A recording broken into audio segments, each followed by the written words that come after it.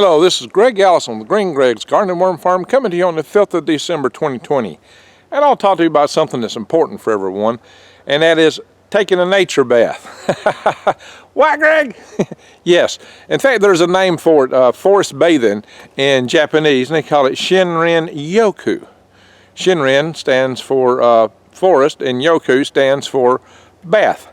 Now, it don't have to be necessarily in a forest, although forests do have a lot of advantages. And I'm going to talk to you about this and talk about the chemical basis for this and the psychological basis and for things that you can do even if you live in the concrete canyons of the big cities. But this is a very important thing for our psychology and for our health, and we all need to avail ourselves to it far more often than what we do. So we're going to go all into that and what you can do in the city, of course. So, I'll just remind you, if you're not subscribed to my channel, subscribe, bang the notification bell, and click all, because I want to do a lot of videos on things that's important to you. Primarily, as you know, the proposition of my channel is to help you survive, thrive, and stay out of the hive. And this fits in the area of thriving and surviving too. And maybe even stay out of the hive if you keep your wits about you, your head on your shoulder. I do bring a lot of eyes wide open, the head, eyes wide open, head on the shoulder news, keep your head on a swivel, I'll tell everyone. So, furthermore, I do have a special running right now, $100 off, 4-week supply of food that lasts 25 years, prepwithgreg.com. Check it out. And also check out my links to Tree Leaf Market, because you need seeds, heirloom seeds to plant, and you can grow microgreens year-round and plants in your home. We're going to talk about that. All right, so let's get to it. Stop. Slow down. Allow yourself to be at one with nature. We are creatures of nature. And nature is our nurture. There is great beauty in things of nature. Look at this beautiful tree, the ruggedness of it, the texture. We psychologically crave texture and ruggedness, and sometimes just gnarly things like this big old gnarly tree. It's gnarly, but beautiful, is it not? And other things that we may find, other surprises. I'm trying to go slower with my camera. I pan things too fast all too often. Looks fine to me, but not in the video. It's the way I look around. But check out what's on the ground. These ferns. There's so much beauty in a forest. And back over there is that big walnut tree you see me at so much in my videos. Look, just take note of things. Look at that row of pines, and look at this gap here. Isn't that weird? But there's all kind of little surprises and things to note and celebrate when you're out in the remote. Now, I'm really not so remote here, and you don't have to be. There's advantages to that. So it turns out that as you get in nature, there are actually some chemicals that you breathe in that come from the trees and the plants. They're called phytolonsides. The phytolonsides actually have benefits of helping to increase your white blood cell count. Apparently they help decrease cancer and inflammation, a lot of other things that ail you. Now, I'm not a doctor, so don't take this as medical advice. But believe you me, it's good sound psychological advice to spend time in nature. Greg, I live in a big city. How am I going to do it? Well, there's Central Park in New York. A lot of places have parks you can go to. Get out of the city if you have to, as much as you can. You may not have the money for that. Put plants in your house. Homes with plants, and there's a NASA study. I'll do a video on this. There's a NASA study that shows the great, huge health benefits of plants in the home, because they remove a lot of the impurities in the air and make your air a lot safer to breathe. Believe it or not, a lot cleaner. NASA study on this topic. And homes are sometimes 5 times more polluted than the outside environment. And plants are the best thing you can have. Plus, they have the greenery that psychologically help you, and you can grow food too in your home. I've done videos on it. Check it out, microgreens. All right, so let's go back to it. What do you do when you're out in the forest? Soak it in. Use your 5 senses. Just go out in the forest. Leave your cell phone at home. Leave all your electronics. Just leave them behind. Your camera. Just leave that stuff behind and go for a walk. And just let your senses guide you. Mind you, don't go so far you're going to get yourself lost or have some notion of where the sun is or some sense of direction. But just spend time. Let your spirit guide you, your heart guide you, your sense of wonderment guide you as to what to see and explore. And just slowly walk along, take it in. Breathe the air, the fresh air. Take in the sunshine through the trees. We're creatures of the nature. And we need to get back to nature for our nurture as much as we can. Involve all your 5 senses, your sight, smell, feel, touch. You know, find an interesting tree or a vine and be one with it. Walk up to it, feel it, touch it. You know, dip your toe in the water if it's not too cold for you. If you're in a place where you know you have absolute privacy and no one's going to find you, you might even decide just to remove your clothes. That might make you feel more at one with nature, perhaps, for some people. If you can do that and do it in privacy and know no one's going to find you, you would not want somebody to see you that way, of course. I don't think. Of course, there are places that do that on purpose, right? They may have other objectives, I don't know. But I think we need to commune with nature, be part of it, because it's just so good for us. It gives us a sense of balance. It's a good place to meditate. Come out and find you a peaceful spot, your own little fortress of solitude. Tune out the world around you if you have to. Sometimes there will be dogs barking, planes flying over, and other things going on. And when that happens, just find a way to tune it out. If you're in a place where there's a gurgling branch, that's even better. I grew up on a farm that had water drop probably 100 foot over the backside of my 40-acre farm, down a rocky branch, and gurgled and made the most beautiful sounds of the chirping birds. And I used to, when I was someplace where I was under a lot of stress and needed to relax, I would take my mind there. And that's how I got at peace. That's how I kept my heart from racing back when I had a lot of stress on me. Until my stepsister clear cut it all. And I just couldn't take myself there anymore. So that ended for me. That ended my great meditation. Here's a walnut tree. Look at all this moss. There's so many things. Now, moss isn't so common in the forest floor here in Alabama. It is way up north. Alaska, the forest floor was like a deep bed of reindeer moss. And it was like walking on a highly spongy carpet. Indeed, that's what it was. Very spongy indeed. Look at this walnut tree. It's got its own kingdom out here. Look at the difference in the forest floor around it. Only certain plants grow in its kingdom, in its realm. A lot of the annuals grow there, and they've died out now. But it kind of governs what can grow there. I'll go back. I'm going to talk about walnut again. There's some black walnut. Apparently the husks are rich in iodine.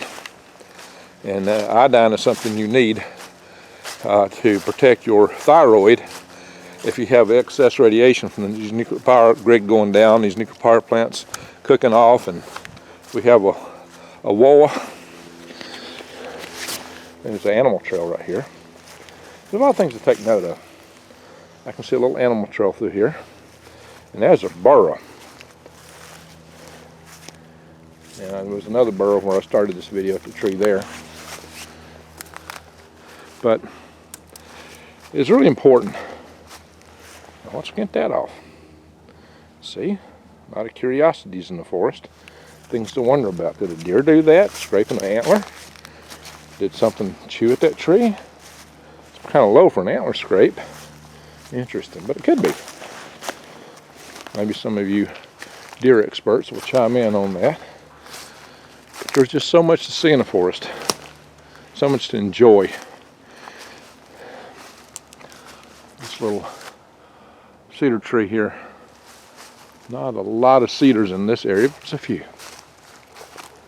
People probably cut them out real heavy way back, using them for Christmas trees. But I'll show you something else. We're going to talk more about what you can do. I strained off too far in this direction. So just consider That's a huckleberry bush. You see that? Now the ones here in the woods don't bear as much that are deep in the woods. The ones on the edge of the woods tend to bear more fruit. We get more sunshine. But I've seen them bear. We've had good years here with them, several. This last year they didn't bear for some reason. They don't know why. But show you another den site here. I'm probably going to do some videos on camping, not too distant future, and bushcraft, stealth camping, either out hiking, tactical type maneuvers, and maybe from vehicles. I'm going to fix my van up. Can't permit, there's still the prospects of me getting a bus, but my other expenses are getting a bit high. Some estimates on some other things I'm trying to do have gone higher than what they originally told me, so that's probably what may knock me out of it. Is it den? A lot of little dens around here. But you know, if you're in a desert, just find you a wash or something secluded, some pretty place that's different. Look at this, a moss growing up this tree, and here's a greenbrier vine. Greenbrier are edible, but that's probably the kind of, I can just look at the stem and I know that's the kind that's got the longer, more narrow leaves, and they're a little more bitter than the broader, rounder variety. Once you spend some time in the woods, you start to recognize things like that. Isn't that beautiful? See, it's like hair, like a fur coat, and it's got moss on it too. See, this tree's got the moss, and no, it's not on the north side. North is that way. Actually, it's on the south side of the tree. It's absolutely on the south side of the tree. But I find moss all around trees around here, so I don't know about the veracity of. Look on, see what side of the tree the moss is on. That may be better in some areas than here. Look, we have lichen around the trees here. All right, another thing to consider is, you know, having nature in your yard, not just some fresh cut lawn. You know, trying, you know, I'd grow food in my lawn first and foremost, but plant some bushes, some shrubs. It can be fruit bearing bushes, shrubs, trees, nuts, things like that. Yeah, let's look up at the forest.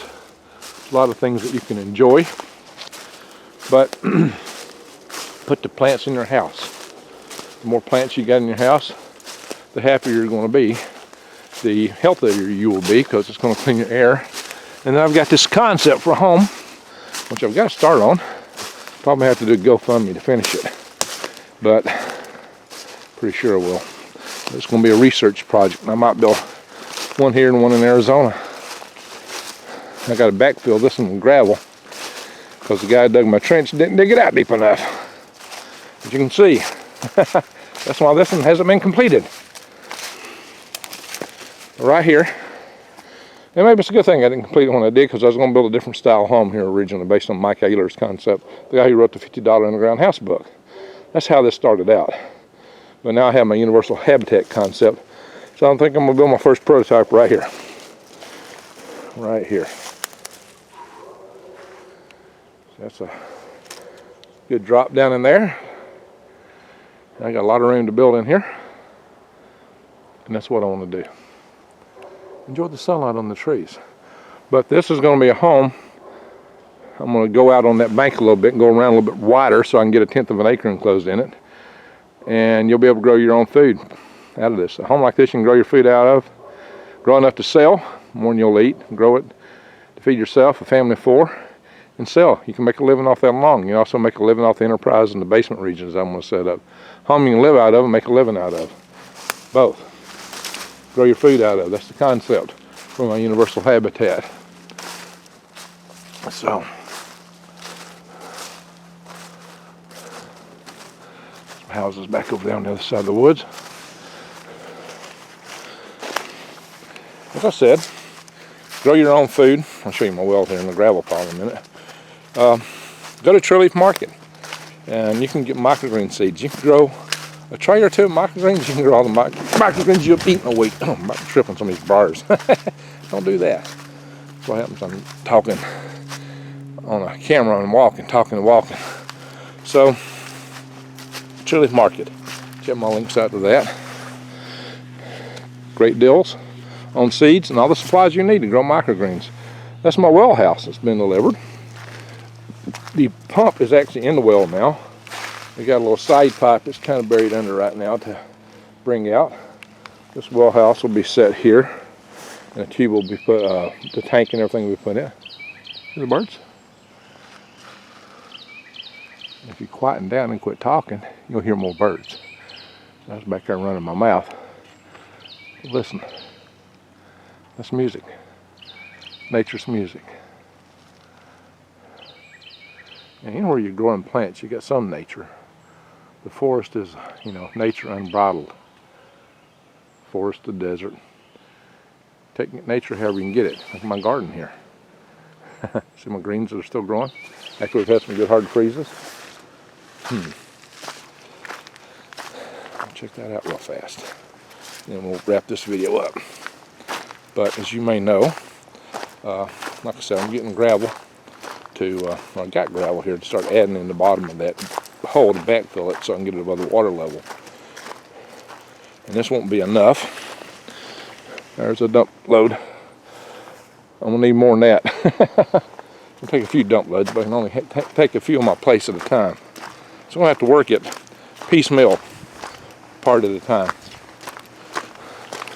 So I've got some new gravel down here. There's still a lot of water comes off this garden and makes a wet spot here. I need to probably dig a drain out for it. Across here.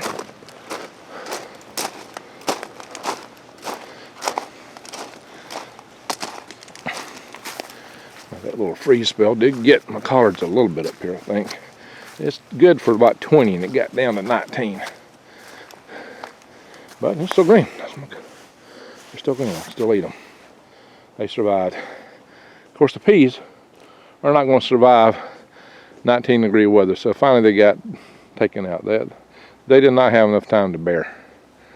And that's kind of what I figured. Now all the squash is gone. The yellow crookneck did really well. You can see I got some onions and garlic all together here. And there's some garlic coming up in the middle of these greens. Apparently they grow well together. So now you can do companion gardening. Grow a lot of things together. There's my external solar system from my Aquaponics greenhouse. There's my garlic. My turmeric is finished. I need to harvest it soon.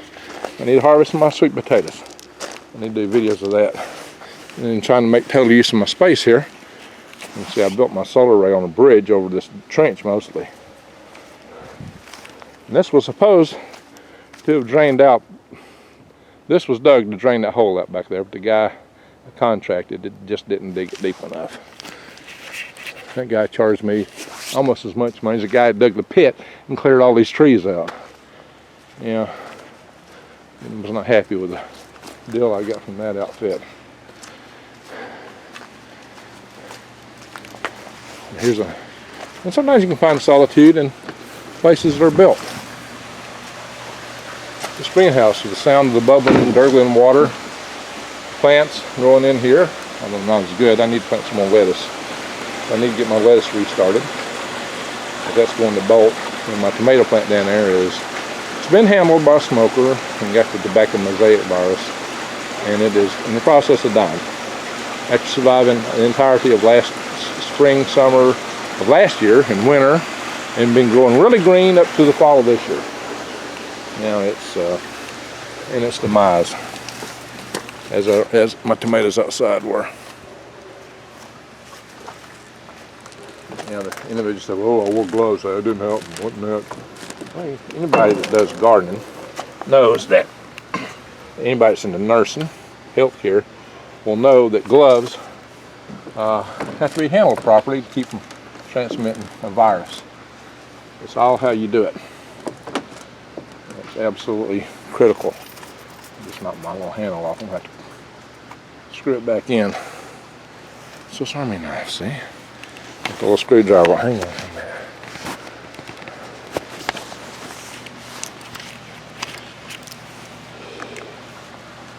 Yeah, really and truly, this would be better if I had both hands involved in what I'm doing here. Get a little bite on that wood, it'll probably get enough to hold for a little bit.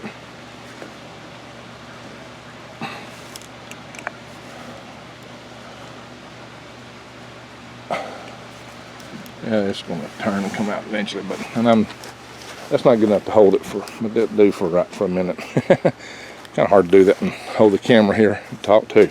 Anyway, so that's what's going on. I'm gonna get my worm beds filled with wood chips. I'm switching over to wood chips because wood is so much better for growing worms. I should do a video just on that, right? Maybe I did. In any event, thank you all for watching. Check my links below, subscribe to the channel, and go out. Go out in Mother Nature and get your nurture. Take you a shinrin yoku, a forest bath. That's what I urge you to do. Anyway, I'll post this probably sometime during the work week. I need to try to get more videos posted per day. And when I can film a few on the weekends and post them during the work week, that works better. This will be probably a lunchtime type video. Thank you for watching. Goodbye.